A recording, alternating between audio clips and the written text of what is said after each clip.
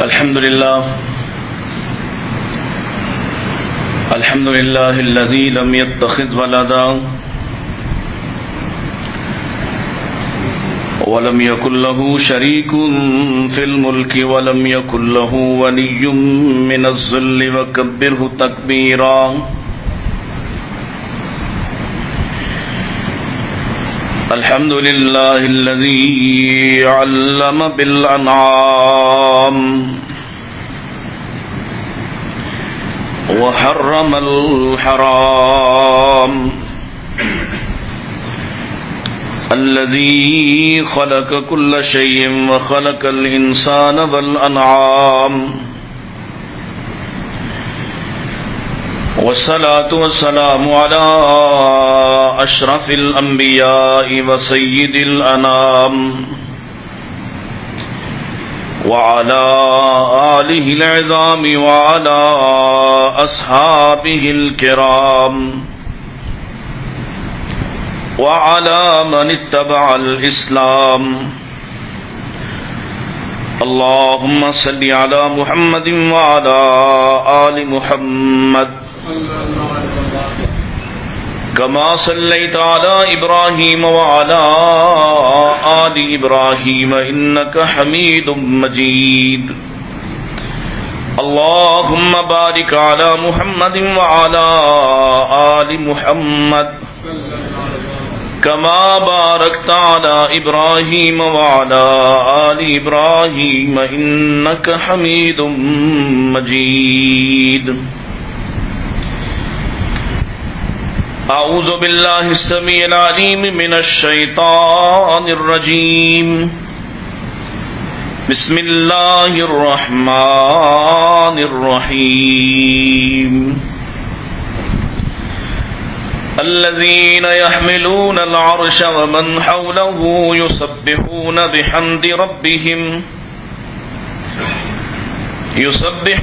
بحمد ربهم ويؤمنون به ويستغفرون للذين آمنوا ربنا وسعت كل شيء رحمة وعلما فاغفر للذين تابوا واتبعوا سبيلك وقهم عذاب الجحيم. وقال الله تعالى يا أيها الذين آمنوا كتب عليكم الصيام كما كتب على الذين من قبلكم لعلكم تتقون.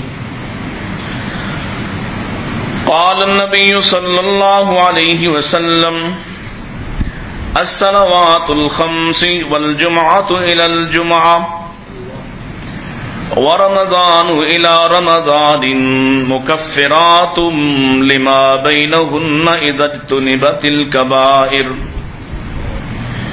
إن أحسن الحديث كتاب الله وخير الهدي هدي محمد صلى الله عليه وسلم وشر الأمور محدثاتها كل محدثة بدعة وكل بدعة ضلالة وكل ضلالة في النار. حمد و ثنا، تعریفات، تسبیحات، تحلیلات و تکبیرات اللہ سبحانہ و تعالی کے لیے، جس کے بے شمار انگنت لا تعداد احسانات ہیں. سراپا احسان ہے، حقیقی محسن ہے. اس کا احسان ہے کہ ہمیں پھر سے اس کی رحمت، اس کے فضل سے رمضان حاصل ہوگا، اور ہم انشاءاللہ اس مہینے سے اور اس مہینے کی فضیلت سے فائدہ اٹھا کر اپنی زندگی بھر کے اور بالخصوص سال بھر کے گناہوں سے آزادی اور نجات پا لیں گے.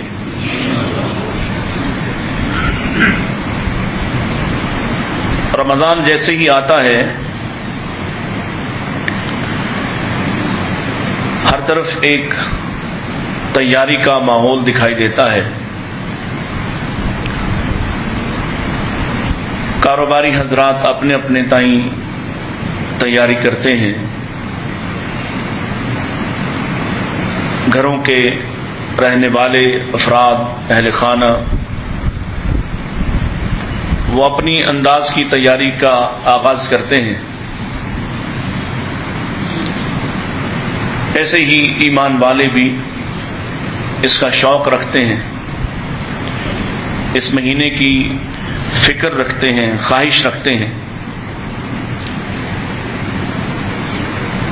اور جیسے ہی اس کے دن قریب آتے ہیں تو وہ بھی اپنی منصوبہ بندی کرتے ہیں کہ ہم نے اس مہینے میں کیا کیا اعمال سر انجام دینا ہے۔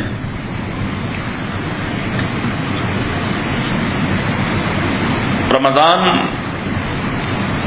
بہت عظمت والا، بہت فضل والا مہینہ ہے، جس میں اللہ تعالیٰ نے نہ صرف امت مسلمہ پر بلکہ باقی تمام آسمانی مذاہب کو ماننے والی امتوں پر بھی اسی مہینے کے روزے فرض کیے، اور اس کی دلیل یہ ہے کہ اللہ تعالیٰ نے جو بھی کتاب، جو بھی پیغام زمین والوں کے لیے نازل فرمایا ہے، اس کا آغاز یا اس کا مکمل نزول اسی مہینے میں ہوا ہے۔ سابقہ انبیاء پر صحائف اتارے گئے، کتب نازل کی گئیں، اوراق کی شکل میں، الواح کی شکل میں۔ نبی کریم صلی اللہ علیہ وسلم پر آنے والی وحی کا انداز مختلف تھا، اور اس کا آغاز پہلی وحی سے ہوتا ہے اور آخری وحی تک کا یہ 22 سال کچھ مہینوں کا عرصہ بنتا ہے۔ لہذا اللہ تعالی نے آخری کلام کو اور آخری پیغام کو ایک ہی رات میں لوح محفوظ سے آسمان دنیا پر اتارا ہے، اور وہیں سے جناب جبریل علیہ السلام اللہ کے حکم کے مطابق آہستہ آہستہ رسول اللہ صلی اللہ علیہ وسلم پر نازل کرتے رہے۔ یہ قرآن مجید کے نزول کا بھی مہینہ ہے، گویا قرآن کی محبت کا بھی مہینہ ہے، اور نبی کریم صلی اللہ علیہ وسلم کی سنت بھی ہے کہ آپ ہر سال جبریل علیہ السلام کے ساتھ رمضان تک نازل ہونے والے قرآن کا دور کیا کرتے، آپ جبریل کو سنایا کرتے، جبریل آپ سے قرآن کو سنا کرتے۔ اور آخری رمضان جو آپ کی زندگی کا آخری رمضان ثابت ہوا، قرآن مجید اپنے احکام کے ساتھ، بینات کے ساتھ مکمل ہو چکا۔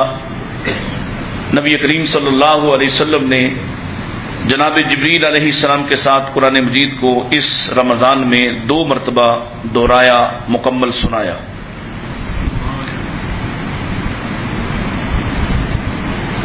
روزے کا تصور بھی اہل اسلام کے لیے کوئی نیا نہیں ہے، اس سے پہلے بھی آسمانی مذاہب کے ہاں روزے کا تصور موجود ہے، روزہ رکھا جاتا تھا۔ بلکہ اگر آپ انسانی مذاہب جو انسانوں نے خود تشکیل دیے ان کے ہاں بھی دیکھیں تو اپنے اس ماورائی غیر مرئی خدا کو راضی کرنے کے لیے وہ بھی بھوک اور پیاس کاٹتے ہیں، لیکن ہمارے روزے کا مقصد بڑا مختلف ہے، اور وہ مقصد اللہ نے خود اس کی فرضیت پر واضح کر دیا ہے کہ فرض تو پہلوں پر بھی ہوئے ہیں، تم پر بھی ہوئے ہیں۔ پہلوں پر اس کی کیفیت بھاری تھی، مشکل تھی، طوالت تھی، تمہارے لیے آسان کیے ہیں، تمہارے لیے راتوں کو آزاد کر دیا ہے، تمہارے تعلقات سے پابندی اٹھا دی ہے، تمہارے کھانے پینے سے پابندی اٹھا دی ہے۔ اور مقصد کیا ہے؟ لعلکم تتقون، کہ تم اللہ سے تعلق اختیار کرنے والے، اللہ کا ڈر، اللہ کی خشیت پیدا کر لو اپنے اندر، اور ساتھ ہی ساتھ اللہ کی رضا جوئی کے کام کرنے کی اپنے اندر صلاحیت پیدا کر لو۔ اللہ تعالیٰ کا ایک خودکار نظام ہے جو انسان کی بالیدگی کے لیے، اس کی پاکیزگی کے لیے 24 گھنٹے چلتا ہے اور اس میں کوئی تعطل نہیں ہے اور اس کا دروازہ کھلا ہوا ہے. ہاں رمضان میں یہ فرق پڑتا ہے کہ جنت کے دروازے کھول دیے جاتے ہیں اور جہنم کے دروازے بند کر دیے جاتے ہیں. آسمان کے دروازے کھل جاتے ہیں، برکات کا نزول بڑی تیزی سے ہوتا ہے اور وافر تعداد میں، بہت بڑی تعداد میں آسمان کی دنیا کے باسی فرشتے اللہ کی رحمت اور اس کے فضل کو لے کر پھیل جاتے ہیں.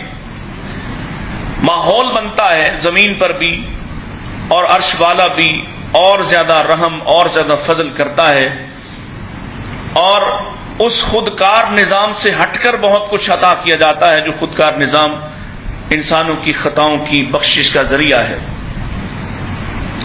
وہ خودکار نظام کیا ہے؟ اللہ کے پاک پیغمبر علیہ الصلوۃ والسلام کی یہ حدیث میں نے آپ کے سامنے رکھی ہے. الصلوات الخمس، 5 نمازیں، ایک نماز سے دوسری نماز تک کا دورانیہ گناہوں کی بخشش کا خودکار نظام ہے. اس کے سوا بھی آپ کوئی نیکی کرتے ہیں، حتیٰ کہ کسی سے مسکرا کے ملتے ہیں اور کسی کی خیرخواہی دل میں رکھتے ہیں اور کم سے کم اپنے شر سے دوسروں کو محفوظ کر دیتے ہیں، آپ کی ہر نیکی جب نیکی آتی ہے تو نامہ اعمال میں سے گناہ سمٹتا ہے. کیونکہ اللہ تعالیٰ کا یہ اصول ہے، ان الحسنات یذہبن السیئات، جہاں حسنات آتی ہیں وہاں سے سیئات رخصت ہو جاتی ہیں. اور نیکی ایسی بابرکت ہوتی ہے، یہ پھیلتی ہے اور مٹاتی ہے. پھیلنا اور مٹانا اس کی خوبی ہے. اگر اس کا ارادہ کر لیا جائے، عزم کیا جائے، تو ایک نیکی آپ کے نامہ اعمال میں لکھ دی جاتی ہے، اور جب ایک نیکی آئے گی تو خود بخود وہاں سے گناہ سمٹ جائے گا. ایک خودکار نظام ہے. وہ نیکی آپ کر گزریں، وہ اچھی بات آپ کہہ چکیں، تو یہ کم سے کم آخری درجہ اس کا یہ ہے کہ 10 گنا پھیلتی ہے. اور جب 10 گنا پھیلے گی تو 10 گناہوں کو سمیٹ دے گی، 10 درجات کو بلند کروا دے گی. پھر آپ نے اہتمام شروع کیا. بعض نیکیوں کے بارے میں نبی کریم علیہ السلام فرماتے ہیں کہ یضاعف الحسنات، نیکیاں بڑھائی جاتی ہیں 10 گنا سے لے کے الی 700 ضعف 700 گنا تک. یہ عمومی اصول ہے. جیسی اچھی نیت، جیسا اچھا عمل، آپ کے اعمال میں، آپ کی نیکیوں میں اتنا اضافہ. اور یہ اللہ کی طرف سے عمومی وعدہ بھی موجود ہے، واللہ یضاعف لمن یشاء. اللہ جس سے راضی ہو، جو بندہ دن رات اللہ کی رضا جوئی میں اپنا وقت گزارتا ہے، اللہ اس کے اجر و ثواب کو اپنے ذمے لے لیتا ہے، جتنا چاہتا ہے اتنا بڑھا دیتا ہے. لیکن خاص طور پر روزے سے متعلق کہا، الا الصوم، مگر روزہ، فإنہ لی وأنا أجزی بہ، یہ میرے لیے ہے اور میں اس کا بدلہ چکاؤں گا. اور دوسری روایت یا دوسرے متن کے الفاظ سے فإنہ لی وأنا أجزی بہ، یہ میرے لیے ہے اور میں خود ہی اس کا بدلہ ہوں. اس کا ہر عمل مختلف ہو جائے گا. لیکن اگر خودکار نظام کی طرف جائیں، الصلوات الخمس، 5 نمازیں. اب نماز شروع کرنے سے پہلے مبادیات کیا ہیں؟ آپ طہارت حاصل کرتے ہیں. طہارت حاصل کرنے کا خود اجر و ثواب ہے. پھر اس میں آپ وضو کرتے ہیں، اور احادیث کے مفہوم کے ساتھ میں وقت جو ضائع ہوا اس کو سمیٹنے کی کوشش میں کہ آپ ہاتھ دھوتے جاتے ہیں اور ہاتھوں سے جو آپ نے گناہ کیے ہیں اللہ ان گناہوں کو ختم کر دیتا ہے. آپ چہرہ دھوتے جاتے ہیں، چہرے کی وجہ سے، چہرے پہ آنکھیں بھی ہیں، زبان بھی ہے، کان بھی ہیں، دماغ بھی ہے، آپ نے جو سوچا، آپ نے جو دیکھا، آپ نے جو بولا، آپ نے جو سنا، وضو کی وجہ سے، وضو کے اثرات یہ ہیں آپ کے گناہوں کو صاف کیا جا رہا ہے۔ پھر آپ گھر سے چلے، اور حدیث کا مفہوم کیا کہتا ہے کہ اپنے گھر سے جتنے قدم چل کے آتا ہے، ہر قدم پر نیکی، ہر قدم پر گناہ کی بخشش، ہر قدم پر درجات کی بلندی کا سلسلہ اور سفر چل کے آتا ہے۔ اگر 100 درجے 100 قدم چل کے آیا تو 100 نیکیاں حاصل کی، 100 نیکیاں حاصل کی تو 100 گناہوں سے چھٹکارا ملا، اور 100 چھٹکارے ملے گناہوں سے تو 100 درجات بلند ہوئے۔ جتنا چل کے آیا ہے، 1000 قدم چل کے آیا، کوئی اس سے دور سے آیا، کوئی بہت لمبے سفر سے آیا، جتنا سفر کیا ہے اللہ اس کو اتنا اجر عطا کرے گا۔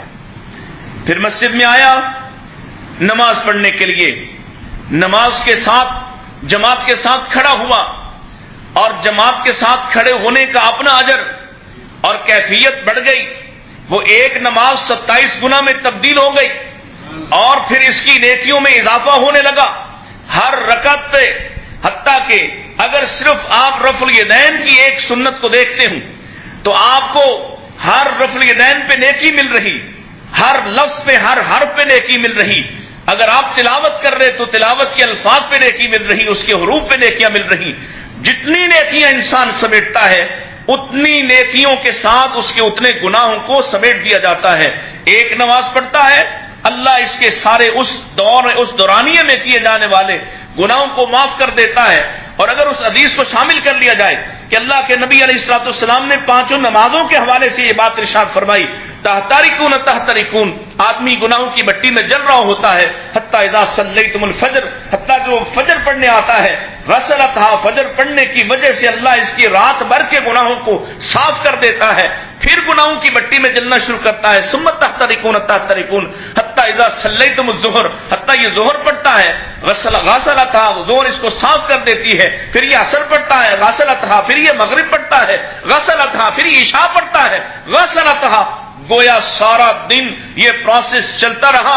اس سے انجانے میں جانے میں جو کچھ چھوٹی چھوٹی چیزیں ہوتی ہیں، اذا جتنبت الکبائر کا یہ شرط نامہ ساتھ لگا ہوا، نمازیں اس کے چھوٹے چھوٹے گناہوں کو خود ہی رخصت کروائی جاتی ہیں۔ یہ ایک خودکار نظام ہے، کہنا نہیں پڑتا۔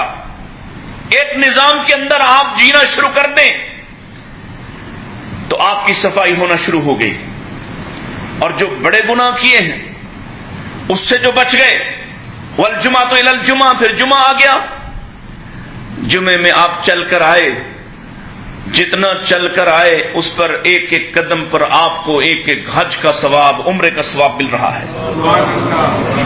آپ مسجد میں داخل ہوئے، امام کے قریب ہوئے، غور سے خطبہ سنا، توجہ سے بات سمجھی، اپنے دل کو جلا بخشی، اپنی کیفیت کو تبدیل کیا، اپنے گناہوں پر نادم ہوا، دل میں پچھتایا، جمعہ پڑھا، نماز پڑھی، نماز پڑھ کے رخصت ہوا، مسجد سے قدم بعد میں باہر نکالے گا، اللہ پورے ہفتے کو گناہ پہلے معاف کر دیتا ہے۔ پھر بھی بچ گئے، وہ رمضان الی رمضان، تو سنہری موقع آ گیا، سنہری دن آ گئے، سنہری گھڑیاں آ گئیں، وہ رمضان الی رمضان، پھر رمضان آ گیا، اور رمضان شروع ہوا۔ نبی کریم علیہ السلام فرماتے ہیں روزہ بعد میں رکھ رہا ہے اور قیام پہلے کرتا ہے۔ اعلان فرمایا من قام رمضان ایمانا واحتسابا غفر له ما تقدم من ذنبه، ارادہ نیت اچھی کر کے آیا، کسی کو دکھانے نہیں آیا، کسی سے داد لینے نہیں آیا، کسی کی تعریف سننے نہیں آیا، اپنے رب کو راضی کرنے کے لیے سال بھر دور رہنے والا، کمی کوتاہی کا شکار رہنے والا، ابھی تراویح کی نماز میں شامل اور داخل ہوا ہے، کھڑا ہوا ہے، ایمان کے ساتھ کھڑا ہوا، اپنی کوتاہی کو پہچان کر احتساب کے ساتھ کھڑا ہوا، ابھی اس نے نماز مکمل نہیں کی، من قام رمضان ایمانا واحتسابا غفر له ما تقدم من ذنبه، اللہ اس کے سارے سال کے گناہوں کو پھر معاف کر دیتا ہے۔ روزہ رکھا، من صام رمضان ایمانا واحتسابا غفر له ما تقدم من ذنبه، یہ خود کار نظام ہے، خود کار نظام. مومن ہو اور روزہ نہ رکھنے کی پلاننگ کرتا ہو، مومن ہو اور غامدی جیسوں کی مشوروں پہ چلتا ہو، فلیہ دے دو اگر تم نہیں رکھ سکتے، گرمی ہے، موسم شدت کا ہے، تم دکان پہ جاتے ہو، بہانے نہیں. دو لوگوں کو سہولت حاصل، اگر مریض ہے او علی سفر، یا سفر پر ہے، پھر بھی رخصت مستقل نہیں ہے. فعدۃ من ایام اخر، بعد میں ان کی تعداد کو پورا کرنا ہے. یہ ایک خودکار نظام ہے، یہ خودکار نظام چلتا ہے اور آپ کی بخشش کا سلسلہ دراز کرتا چلا جاتا ہے. اور پھر یہ جو بات ارشاد فرمائی اس کو سمجھیے، الا الصوم، ہر نیکی کو ایک خاص حد تک بڑھایا جاتا ہے، لیکن روزے کے بارے میں فرشتہ عام روزے کے بارے میں، عام نفلی روزے کے بارے میں، نفلی روزے کے بارے میں فرشتہ لکھ دیتا ہے یہ روزے سے ہے. اس کا حساب کون دے گا؟ اس کا بدلہ کون چکائے گا؟ اور اگر اللہ نے کوئی بدلہ چکایا، اس دیہاتی کی خوشی دیکھیے جس نے پوچھا تھا ایک تابعی سے کہ ہمارا حساب کون لے گا. تابعی نے کہا کہ اللہ لیں گے، حساب تو اللہ کے سامنے ہوگا. تو وہ اٹھ کے جمنا شروع ہو گیا کہ اگر حساب اللہ نے لینا ہے پھر میں کامیاب ہو جاؤں گا. اللہ پر اچھے گمان، اللہ کے بارے میں اچھی امید رکھنا. اگر بدلہ اللہ نے چکانا ہے، فرشتوں کے بس سے باہر ہے اس کا تتمہ، فرشتوں کی قلم سے باہر ہے اس کا حساب کرنا، تو پھر اللہ اپنی شان کے مطابق عطا کرے گا.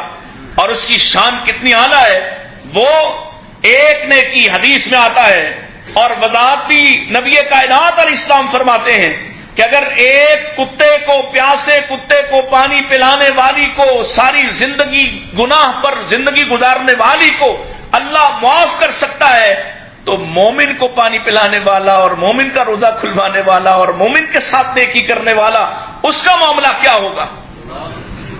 اس کی شان، اس کا فضل تو ایسا ہے کہ ایک ایک عمل.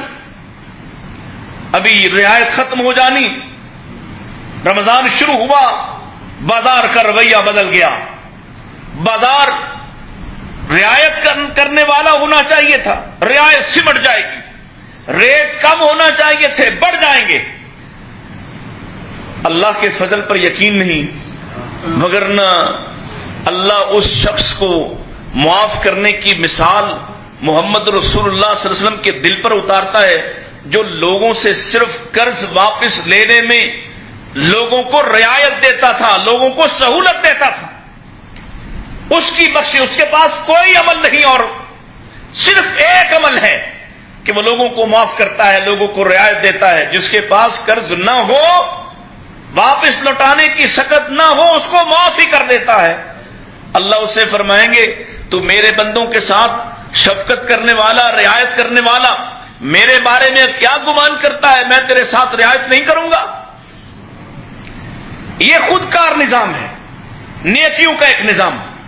پھر اس روزے کے دوران، جو روزہ اللہ کے لیے ہے، اس کے تمام اعمال بھی اللہ کے لیے. عام طور پر ہوتا کیا ہے، ہم کیا کرتے ہیں، اگر مالی طور پر مستحکم ہے، دکان کاروبار ٹھیک چلتا ہے، تو ہم کرتے ہیں کہ روزہ رکھا اور رات بھر جاگے، روزہ رکھ کر سو گئے، اور کوشش کی کہ ہم اٹھیں 3-4 بجے، اور یوں سمجھتے ہیں کہ روزہ اچھا گزرا.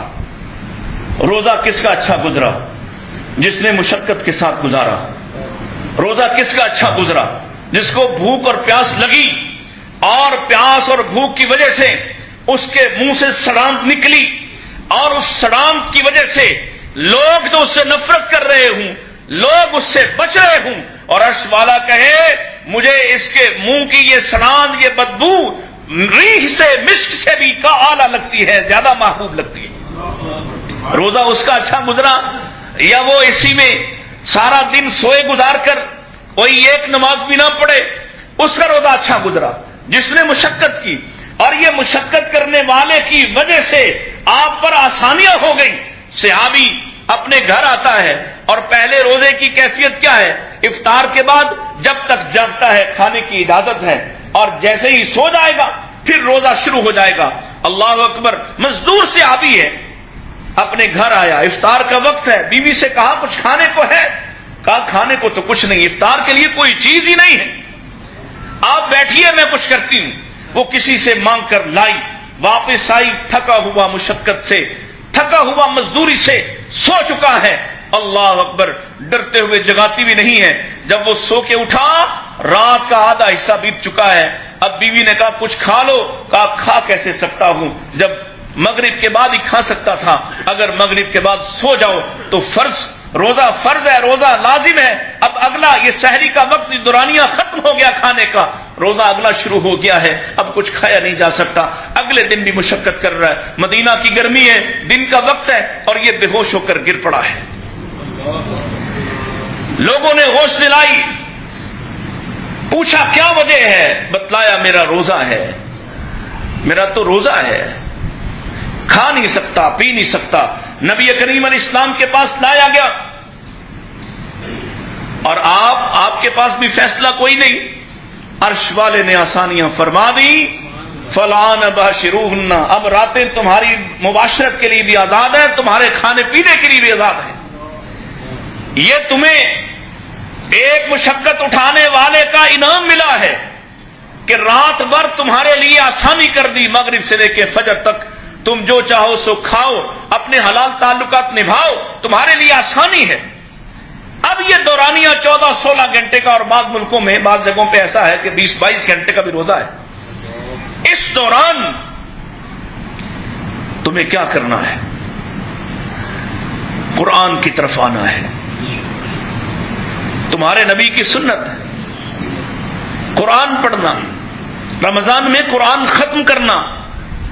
بہت سے لوگ کہتے ہیں کیا فرق پڑتا ہے جی اگر نہ پڑھا جائے؟ فرق تو کوئی نہیں پڑتا، ہاں سنت اختیار کرنے سے فرق پڑ جائے گا، سنت اختیار کرنے سے فرق پڑ جائے گا کہ ایک ایک عمل جو روزے میں کیا جائے گا وہ بھی اللہ کے لیے ہے، اور اس کا بدلہ بھی اللہ چکائے گا۔ اور اگر آپ قرآن کی محبت اپنے سینے میں بسا لیں تو قرآن اور رمضان کا بڑا گہرا تعلق ہے، روزے کا بڑا گہرا تعلق ہے۔ اللہ کے پاک نبی علیہ السلام فرماتے ہیں القرآن والصیام یشفعان للعبد، یہ قرآن بھی اور روزہ بھی دونوں بندے کی سفارش کریں گے۔ اور کیا کہیں گے؟ قرآن کہے گا اے ربی، اے میرے اللہ، منعتہ اللیل، میں نے اس کو رات سونے نہیں دیا، میں نے اس کو چین نہیں لینے دیا۔ اللہ رات ہوتی تھی یہ تیری کتاب کو پڑھنا شروع کر دیتا تھا، اے اللہ آج اس کو قرآن پڑھنے کی وجہ سے معاف کر دے۔ اور روزہ کہے گا اے میرے رب، منعتہ الطعام، میں نے دن کے وقت سے کھانے پینے سے روک دیا، اس کی ضروریات سے روکا، اس کی حاجات سے روکا۔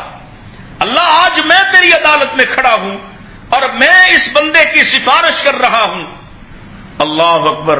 اور حدیث میں آتا ہے اللہ کے نبی علیہ السلام فرماتے ہیں اللہ ان دونوں کی سفارش کو قبول کر کے اس بندے کو معاف کر دے گا۔ دونوں سفارشی جس دن کے لیے کہا جا رہا ہے من ذا الذی یشفع عندہ الا باذنہ، اس دن کوئی جرأت نہیں کرے گا کسی کی سفارش کرنے کی، اور کسی کو اختیار نہیں ملے گا، کسی کو حق نہیں ہوگا، کوئی کسی کی جگہ بول نہیں سکے گا ماں سوائے اس کے جس کو وہ اجازت عطا کرے۔ رمضان کے روزے اور یہ قرآن، یہ آپ کے سفارشی بن کر اللہ کے سامنے کھڑے ہو جائیں گے۔ اس قرآن سے محبت کی جائے تو قرآن اپنے ساتھ محبت کرنے والوں کو عروج بخشتا ہے، عروج عطا کرتا ہے۔ عبداللہ ذو الوجادین کا نام تو آپ نے سنا ہوگا، یہ 2 ٹاٹ کے ٹکڑے پہن کر اپنے گھر سے رسول اللہ کے پاس آنے والا، جس کا امتحان ذرا نرالا امتحان تھا، ذرا مختلف امتحان تھا۔ جان دینا بھی بسا اوقات آسان ہوتا ہے، لیکن جیتے جی اپنی عزت و آبرو کو گوا دینا یہ آسان کام نہیں ہے۔ اس پر یہ امتحان آیا۔ یہ مدینہ اور مکہ کے راستے پر گزرگاہ پر اس کی بستی ہے، اور یہ بستی کے اس راستے پر بیٹھا ہوا، اور وہاں سے کوئی گزرنے والا مسافر اس کے ساتھ ہم کلام ہوا۔ کہاں جاتے ہو؟ مدینہ کے امام کے پاس جاتا ہوں۔ کون ہے وہ؟ تعارف ہوا۔ اس نے قرآن سنایا، قرآن اس کے دل میں بیٹھ گیا، محبت اس کے دل میں جاگ اٹھی۔ پھر یہ روز وہیں بیٹھتا ہے، اور آنے جانے والے لوگوں سے یہ نبی پاک علیہ الصلوۃ والسلام کی کامیابی کا دور شروع ہو چکا، آخری دور فتح ہو چکی، اور اب کثرت سے لوگ اس بستی کی طرف جاتے ہیں۔ یہ اس جگہ بیٹھا ہے، لوگ گزرتے ہیں۔ کیا تم رسول اللہ کو جانتے ہو؟ جانتے ہیں۔ کیا تم قرآن جانتے ہو؟ جانتے ہیں۔ سنا دو۔ قرآن لوگوں سے سنتا ہے اور اپنے دل میں محفوظ کیے جاتا ہے، اور پھر قرآن کی اس محبت نے اس پر زور ڈالا، اس پر دباؤ ڈالا کہ چلو شرک کو چھوڑو اور توحید کی بستی میں چل پڑو۔ یہ چلا ہے تو چچا نے روکا، حتیٰ کہ اس نے لباس چھینا، سارا کچھ چھین لیا، پھر لباس بھی چھینا۔ ماں کی طرف جاتا ہے، ماں بھی اسی طرح سے سختی سے پیش آتی ہے، اور اس سے یہ دو ٹاٹ کے ٹکڑے، ایک ٹاٹ کا ٹکڑا مانگتا ہے جس کو دو ٹکڑے کر کے ایک اپنے بدن کو ڈھانکتا ہے اور ایک اپنے کندھوں پہ ڈال کے ننگے پاؤں ننگے جسم یہ چلتا ہے 250 میل کا سفر، یہ اسی کیفیت میں سفر کرتا ہے، اور نبی کریم علیہ السلام کی مجلس میں پہنچتا ہے، آقا سے ملاقات کرتا ہے، آپ کے پاس صفہ کے ساتھیوں میں رہنا شروع کر دیتا ہے۔ اب یہ قرآن کے ساتھ ایسی محبت ہے، قرآن سیکھتا جاتا ہے اور پڑھتا جاتا ہے، اور بلند آواز سے پڑھتا ہے۔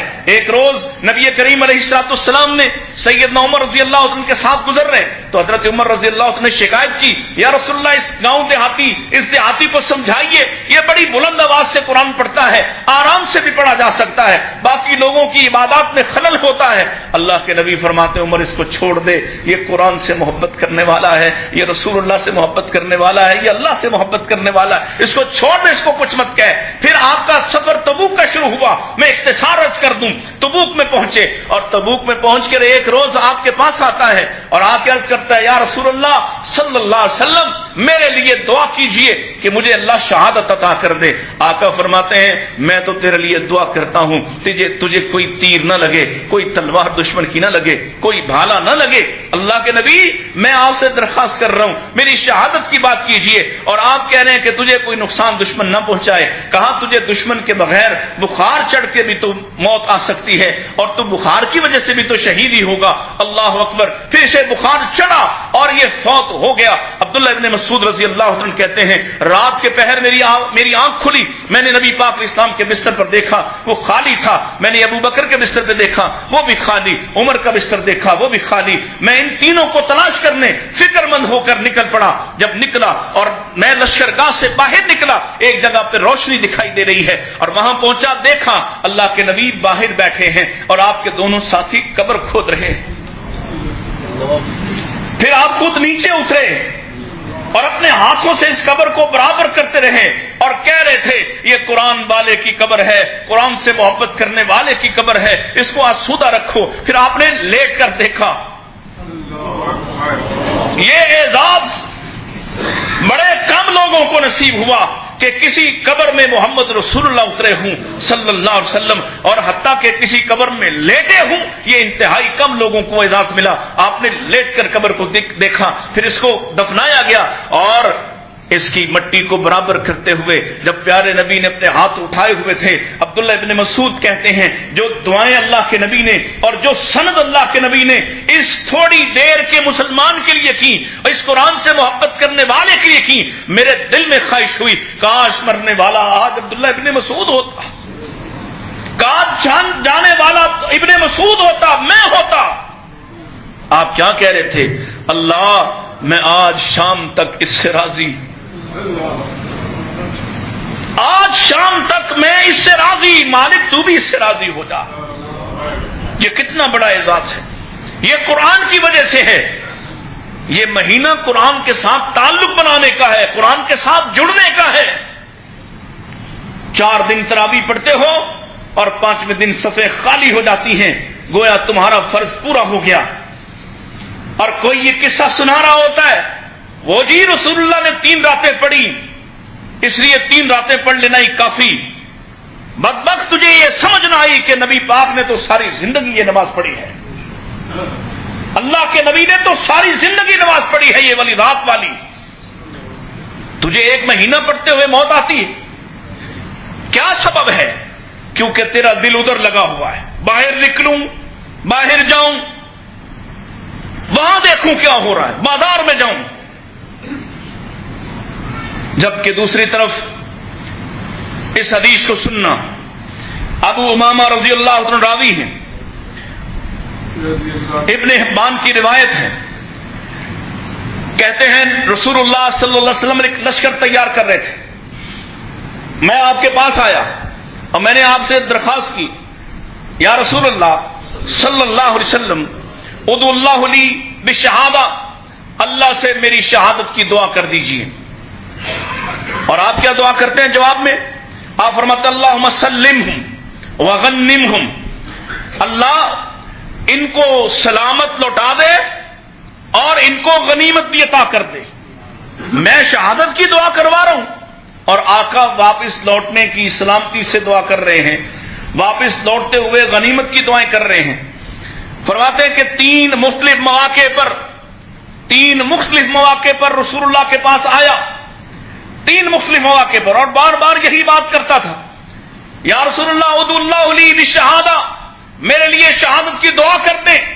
اللہ کے نبی جواب میں کہتے اللہم سلمہم وغنمہم، اللہ اسے سلامتی بھی دے غنیمت بھی دے۔ پریشان ہو گیا، اور ایک موقع پر نبی کریم اسلام کے پاس آیا اور آ کے عرض کی، یا رسول اللہ آپ نے دعائیں کی، ہم سلامت لوٹ آئے، آپ نے غنیمت کی دعائیں کی، ہم مال سمیٹ کر لوٹ آئے، لیکن اللہ کے نبی مجھے کوئی پھر اگر شہادت میرے نصیب میں نہیں ہے یا شہادت کے لیے آپ دعا نہیں کرنا چاہتے، فمرنی بعمل ادخل بہ الجنہ، میرے لیے ایسا کوئی عمل بتا دیجئے جو میں کروں اور جنت والا بن جاؤں۔ پھر کوئی عمل ایسا بتا دیں جو میں کروں تو جنت چلا جاؤں۔ دیکھیے نبی پاک علیہ السلام نے اس کو کیا عمل بتایا، فقال علیک بالصوم فانہ لا مثل لہ، کہا ابو امامہ پھر تیرے لیے روزہ ہے، روزہ رکھا کر کہ روزے کے مثل، روزے کے برابر کوئی عمل نہیں ہے۔ عام روزے کی بات ہو رہی ہے، اگر نفلی روزے کے برابر شہادت بھی نہیں ہے تو پھر فرض روزے کی کیا کیفیت ہوگی، فرض روزے کی کیا کیفیت ہوگی۔ اور سیدنا طلحہ بن عبید اللہ کہتے ہیں میں نے خواب دیکھا، خواب میں 2 لوگوں کو دیکھا، دونوں کو جانتا، دونوں اکٹھے مسلمان ہوئے، ان میں سے ایک شہید ہو کر پہلے فوت ہو چکا اور دوسرا 1 سال بعد عام طبعی موت سے فوت ہوا۔ میں نے دیکھا کہ وہ جو بعد میں فوت ہوا اور عام موت سے فوت ہوا وہ جنت میں پہلے داخل ہو رہا ہے اور وہ شہید بعد میں داخل ہو رہا ہے۔ اللہ اکبر، بڑا حیران ہوا، نبی پاک سے آ کے خواب سنایا۔ اللہ کے پاک پیغمبر اسلام نے پوچھا تمہاری حیرت میں، تمہاری حیرت کی وجہ کیا ہے؟ اللہ کے رسول وہ شہید ہوا اور پہلے ہوا اور یہ بعد میں عام موت سے فوت ہوا۔ تو کہا اس کو پورا سال ملا، اس نے نمازیں نہیں پڑھی، اس نے صدقہ و خیرات نہیں کیا، اس کو رمضان نہیں ملا۔ کتنا بڑا عمل ہے، اور ہم کہاں؟ اور جب ابو امامہ رضی اللہ تعالیٰ نے یہ بات سنی کہ آقا نے انہیں جنت جانے کے لیے روزہ رکھنے کا کہا، اللہ اکبر، پھر کہتے ہیں حضرت ابو امامہ کے گھر دن کے وقت دھواں نہ اٹھتا دیکھا کسی نے دن کے وقت ان کے گھر میں چولہا جلتا نہ دیکھا۔ وہ اس کثرت کے ساتھ روزے رکھا کرتے تھے، اور جس دن ان کے گھر سے دھواں اٹھتا ہوا دکھائی دیتا ہم جان لیتے کہ آج ان کے گھر کوئی مہمان آیا ہے۔ یہ لوگ ہیں جنہوں نے دین کو سمجھا ہے، اور ہم فرض روزے کے بارے میں ہیلے تراش رہے ہوتے ہیں، خواہشیں کر رہے ہوتے ہیں، اور پلاننگ کس کی ہو رہی ہے؟ کپڑے بنانے کی۔ پلاننگ کس کی ہو رہی ہے؟ افطار پارٹیاں کرنے کی۔ پلاننگ کس کی ہو رہی ہے؟ لوگوں کو، ان لوگوں کو کھانا کھلانے کی جو بدلے میں اس کو بھی کھلائیں گے، ان کو نہیں جن کو سارا سال بھی میسر کچھ نہیں آتا۔ وہ جو سارا سال ہی، اگر تم یمن کے بچوں کی کہانی سنو،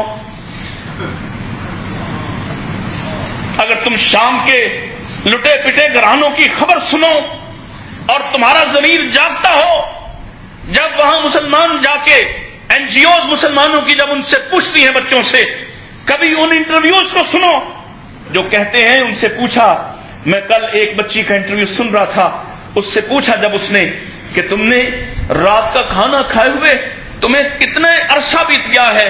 اس نے کہا سنتین، 2 سال ہو گئے، 2 سال بیت گئے، رات کا کھانا کبھی نہیں کھایا۔ تمہیں ان لوگوں کی فکر ہو جن کو سارا سال میسر کچھ نہیں ہوتا، تم اپنے دسترخوان پر رمضان آیا تمہیں مزید سادہ کرنے کے لیے، رمضان آیا تمہیں بھوک کا احساس دلانے کے لیے، رمضان آیا تمہارے اندر ایثار جگانے کے لیے، اور تم نے کیا کیا؟ تمہارے بازار گلیاں سج گئیں، تم نے اتنا کھانا پکایا، اتنا ضائع کیا، تم نے ایسا لیوش لائف شروع کر دی کہ جو اس سے پہلے پورا سال نہیں کھاتے تھے، کہتے ہیں رمضان کی برکتیں ہیں، رمضان میں رزق بڑھ جاتا ہے۔ رمضان میں یہ کہانی سناتا ہے تو بڑا ہوا رزق کبھی غریبوں کو دے کر دیکھ، وہ جو شام میں 8-10 کھانے، اور عورتیں بیچاری صبح بھی 2-3 گھنٹے کھانا بنا رہی ہیں، شام کو بھی 6-6 گھنٹے کھانا بنا رہی، اور انہیں اس ثواب کے لالچ میں ڈالا ہوا ہے کہ تمہارا مسلسل کچن میں رہنا تمہارے لیے بڑا فائدہ مند ہے۔ کس نے کہا؟ کیا کھایا کرتے تھے رسول اللہ صلی اللہ علیہ وسلم؟ کتنی کھجوروں سے آپ سحری کیا کرتے تھے، یا کتنی کھجوروں سے آپ افطار کیا کرتے تھے؟ دسترخوان کبھی رسول اللہ کا جاننے کی کوشش کی؟ نہیں، کیونکہ ہم نے رمضان کو کچھ اور تہوار بنا کر رکھ دیا۔ تہوار عبادت کے لیے مہینہ، سہولت، سنہری موقع نہیں، منانے کا تہوار۔ ادھر جا رہا ہے، ادھر جا رہا ہے، فیملی جا رہی ہے، خاندان جا رہا ہے، کیا کرنے جا رہا ہے؟ یہ اپنے گھر میں بھی کھا لیتا ہے، اب کسی اور کے گھر میں کھانے جا رہا ہے، پھر وہ کھانے آ رہا ہے۔ یہ کیا نظام ہے؟ ہاں، اگر تجھے فکر لاحق ہو تو حدیث سن، پیارے آقا نے کیا فرمایا تھا؟ رمضان میں چندہ مانگنے والے آ گئے، پریشان حال آ گئے، دکھی آ گئے، بھوکے تھے آئے، اور آقا اعلان کر رہے ہیں اور آپ فرما رہے ہیں اپنے آپ کو جہنم کی آگ سے بچا لو، اپنے آپ کو جہنم کی آگ سے بچا لو۔ کس سے؟ ولو بتمرن، چاہے ایک کھجور صدقہ کر دو، ولو بنصف تمرن، چاہے آدھی کھجور صدقہ کر دو، ولو بنصف شربۃ من لبن، چاہے آدھا گھونٹ دودھ دے کر ایک پانی کا گھونٹ ہی کسی کو پلا دو، اپنے آپ کو جہنم سے آزاد کروا دو۔ فکر ہوئی؟ کبھی احتساب چارٹ بنایا کہ پورے مہینے میں نے کیا کیا ہے؟ آج کہہ رہا ہوں، ہفتہ پہلے کہہ رہا ہوں، بناؤ اپنے اپنے گھر میں بیٹھ کر اپنا اپنا منصوبہ کہ اس دفعہ خود کم کھائیں گے، شام کو ایک کھجور سے روزہ کھولیں گے، ایک گلاس پانی سے روزہ کھولیں گے، ایک گلاس دودھ سے روزہ کھولیں گے، اور اس دفعہ اپنے دسترخوان پر سجنے والی 10 چیزیں یہ لوگوں تک پہنچائیں گے، یہ لوگوں تک، ان تک جو پورا سال بھی ترستا ہے، جو پورا سال ترستا ہے۔ اور پھر یہ صدقات کا مہینہ ہے، صدقات کا۔ نبی کریم علیہ الصلوۃ والسلام، حدیث میں آتا ہے اللہ کے رسول علیہ الصلوۃ والسلام جیسے ہی رمضان کا چاند طلوع ہوتا، اللہ کے نبی صلی اللہ علیہ وسلم کی جود و سخا پہلے سے کہیں بڑھ جاتی، کیسی؟ جیسے تیز ہوا چل رہی ہو، اتنا زیادہ صدقہ و خیرات آپ کرتے۔ ہم تو گن کر بھی دینے کو تیار نہیں۔ وہ جو فرض ہوا ہمارے ذمے، وہ جو زکوٰۃ ہمارے ذمے فرض ہوئی، اس پر بھی بڑے بڑے نیک گھرانے جانتا ہوں 5 سال گزر گئے کاروبار کا حساب نہیں کیا اور کہتے ہیں کٹھی نکال دیں گے. تمہیں کس نے سکھائی یہ بات؟ کس نے یہ سہولت دی تمہیں؟ ایک بندے سے میں نے کہا کہ یہ زکات نکال دیا کرو، کہتا نکال کے اپنے پاس ہی رکھ لیتا ہوں، وہ چلتی رہتی ہے، دیتا رہتا ہوں. میں نے کہا اللہ نے کہا میل کچیل نکال، مال صاف کر. خذ من اموالہم صدقہ تطہرہم بہا وتزکیہم بہا. یہ تمہارے مال کو بھی صاف کرے، تمہارے وجود کو بھی صاف کرے، تو نکالتا ہی نہیں. اور ساتھ اس میں کیا فرمایا؟ جب زکات اللہ کے نبی وصول کریں گے تو حکم کیا دیا؟ وصلی علیہم، اے میرے حبیب ان کے لیے دعا بھی کر. جو زکات دیتا ہے اس کو نبی پاک کی دعا بھی حاصل ہوتی ہے. وصلی علیہم ان صلاتک سکن لہم، تیری دعائیں میرے حبیب ان کے لیے سکینت کا سبب ہیں.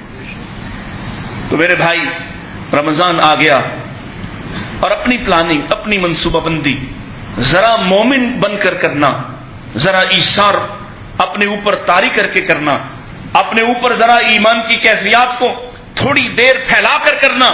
صرف اپنا پیٹ سامنے نہ رکھنا، صرف اپنا وجود سامنے نہ رکھنا.